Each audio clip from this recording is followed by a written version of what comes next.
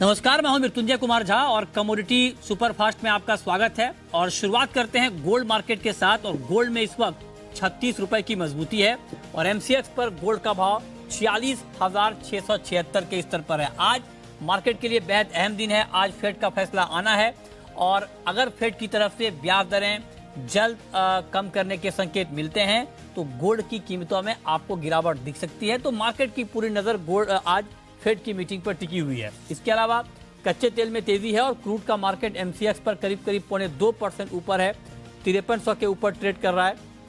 और अंतर्राष्ट्रीय बाजार में भी 1% से ज्यादा की तेजी है कच्चे तेल में।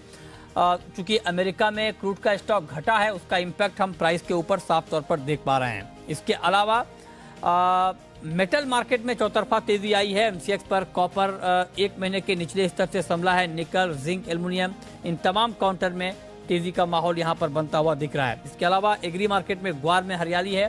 ग्वार सीड का प्राइस करीब 1% ऊपर है, 5,900 के करीब है। ग्वारगम भी तेज है, निचले स्तर पर एक बार फिर से बाइंग लौटी है। इसके अलावा खरीफ उत्पादन को लेकर जो अनुमान आया है उसमें कहा गया है कि 2021-22 में 15 करोड़ टन से ज्यादा का उत्पादन होगा। सरकार ने ये पहला अनुमान जारी किया है। तो ये 5 खबरें हैं इस वक्त की।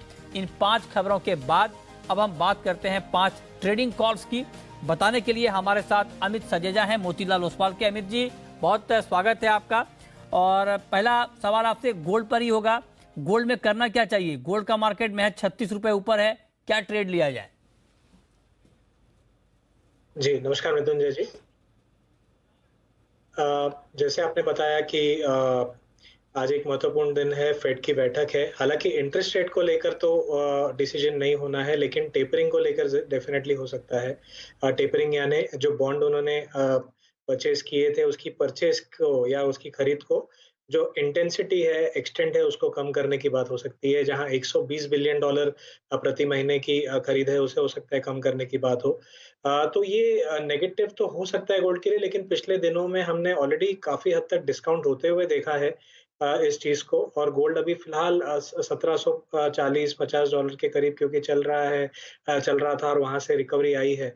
तो मुझे लगता है कि ये रिकवरी जो है ये एक्सटेंड हो सकती है नेक्स्ट 1 और 2 सेशंस में। और जो भी डिप आती है वहां पर बाइंग अपॉर्चुनिटी बनेगी।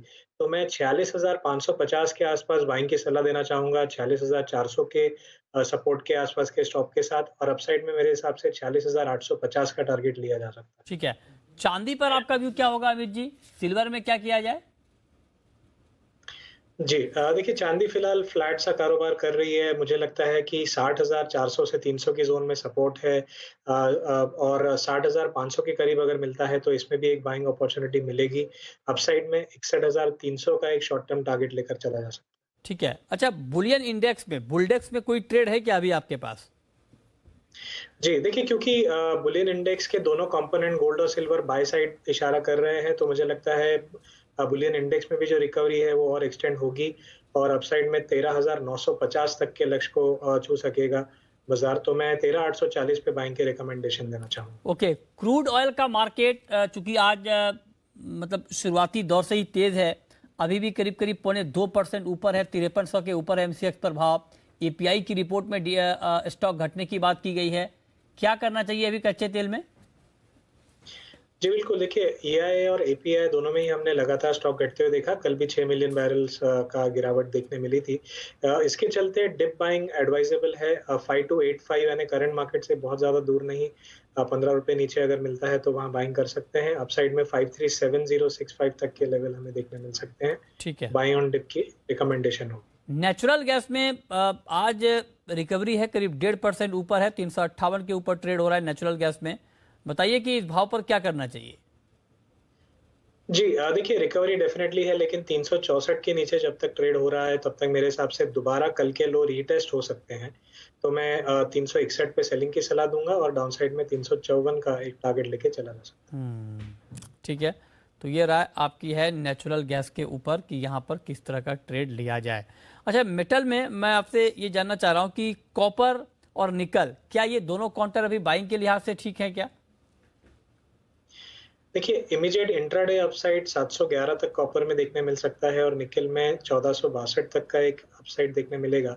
लेकिन बहुत लंबी तेजी या सस्टेनेबल तेजी फिलहाल नहीं दिखती। तो आप कह रहे हैं बहुत लंबी तेजी अभी आपको नहीं दिख रही है। एग्री मार्केट में कोई पिक आपकी अमित जी?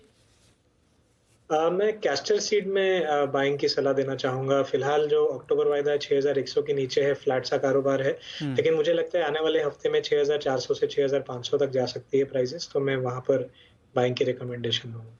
अच्छा, और मस्टर्ड और सोयाबीन पर कोई व्यू आपका? जी, मस्टर्ड मेरे हिसाब से तेजी में बना हुआ है। हालांकि सोयाबीन में मैं बहुत ज्यादा तेजी में नहीं हूँ। 5750 तक के दाम हमें टेस्ट होते हुए दिख सकते हैं, लेकिन मस्टर्ड में मुझे लगता है करेक्शन आ चुकी है और 8400 से ज्यादा नीचे मुझे नहीं दिखता। ओवरऑल मुझे लगता है दोबारा 8800 8900 के दाम देखने मिल जाएंगे। ठीक है, तो ये राय आपकी है ऑयल सीड कॉम्प्लेक्स पर। बहुत शुक्रिया अमित जी आपका हमारे साथ जुड़ने के लिए, बताने के लिए कहाँ पर कमाई के मौके बनेंगे। लेकिन आज शाम 5:30 बजे हम आपके लिए एक बेहद खास शो लेकर आ रहे हैं। आमतौर पर गोल्ड की कीमतों के बारे में हमने आपको बहुत बताया है, आपने ये भी जाना होगा, समझा होगा कि गोल्ड दुकानों पर जाकर कैसे खरीदते हैं। लेकिन आज हम आपको अलग तरीका बताएंगे कि गोल्ड अगर आप खरीदना चाहते हैं, खास करके डिजिटल गोल्ड, ऑनलाइन गोल्ड, तो आप कैसे खरीद सकते हैं, कितने तरीके हैं ऑनलाइन घर बैठे गोल्ड खरीदने के, क्या ऑनलाइन गोल्ड खरीदना आपके लिए सेफ है, सुरक्षित है, और क्या दुकानों पर जाकर गोल्ड खरीदने के मुकाबले ऑनलाइन गोल्ड खरीदना, डिजिटल गोल्ड खरीदना सस्ता है क्या। इन तमाम मुद्दों पर आज एक खास शो हम आपके लिए लेकर आएंगे शाम 5:30 बजे, डिजिटल निवेश का गोल्डन फॉर्मूला।